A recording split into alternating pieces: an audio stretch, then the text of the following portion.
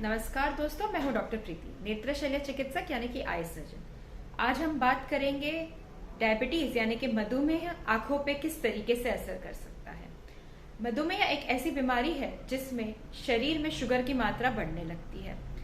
ये शुगर की मात्रा जब बढ़ने लगती है तो ये शरीर की जो खून की नसें होती है उनको कमजोर करने लग जाती है। आंख का सबसे इम्पोर्टेंट हिस्सा होता है पीछे का पर्दा यानी कि रेटाइना। जब मधुमेह के कारण रेटाइना की नसों पे असर आने लगता है तो रेटाइना यानी कि पीछे के पर्दे में पानी जमा होने लगता है, सूजन आने लगती है, कभी कभी खून के धब्बे भी आने लगते हैं। ये नसें कमजोर होने के कारण खून के धब्बे आने लगते हैं और नई नई कमजोर नसें तैयार होना शुरू हो जाता है। ये नई नसें जो होती है ये भी काफी कमजोर होती है, इसमें से भी और पानी आना शुरू हो जाता है।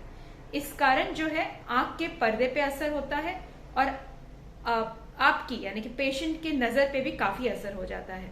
अब पर्दा एक ऐसा हिस्सा है कि एक बार उस पे कोई भी डैमेज हो गया या कोई भी हानि हो गई तो उसे रिपेयर करना, उसे फिर से नॉर्मल तक लाना बहुत ही मुश्किल होता है, एकदम नेक्स्ट टू इम्पॉसिबल है ये चीज। तो इस कारण जो नजर पे असर हुआ होता है वो रिकवर करना बहुत ही मुश्किल होता है।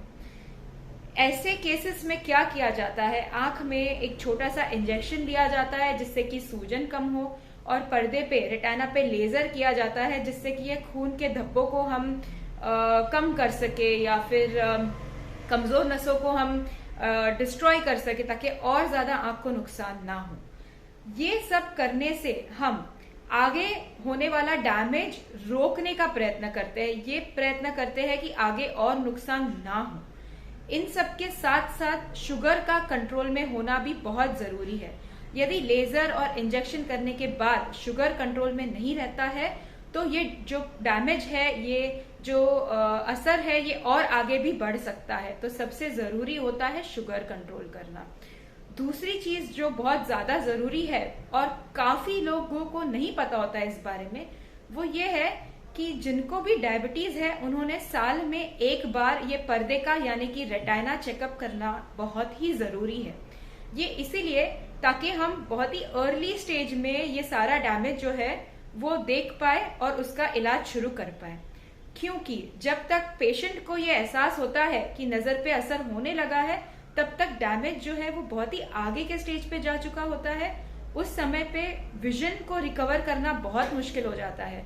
तो यदि आप हर साल रेगुलरली रेटाइना चेकअप करने के लिए आते हैं तो ये डैमेज जो है ये अर्ली स्टेज में, एकदम शुरुआत के स्टेज में हम पिकअप कर लेते हैं और उसका ट्रीटमेंट करना चालू कर देते हैं।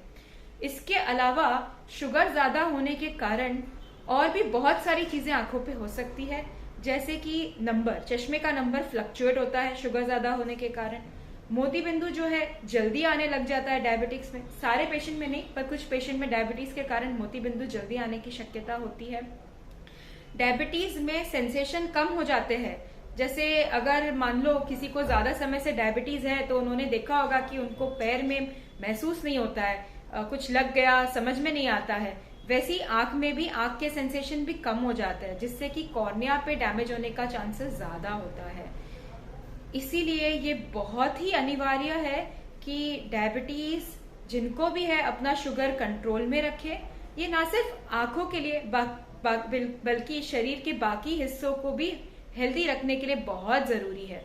जैसा असर ये आंखों के रेटाइना पे करता है, आंखों की रेटाइना की नसों पे करता है, वैसा ही असर डायबिटीज किडनी, हार्ट और ब्रेन में भी करता है।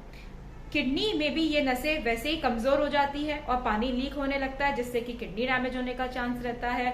हार्ट अटैक आने के चांसेस बढ़ जाते हैं, पैरालिसिस होने का चांस बढ़ जाता है यदि आपको डायबिटीज है तो।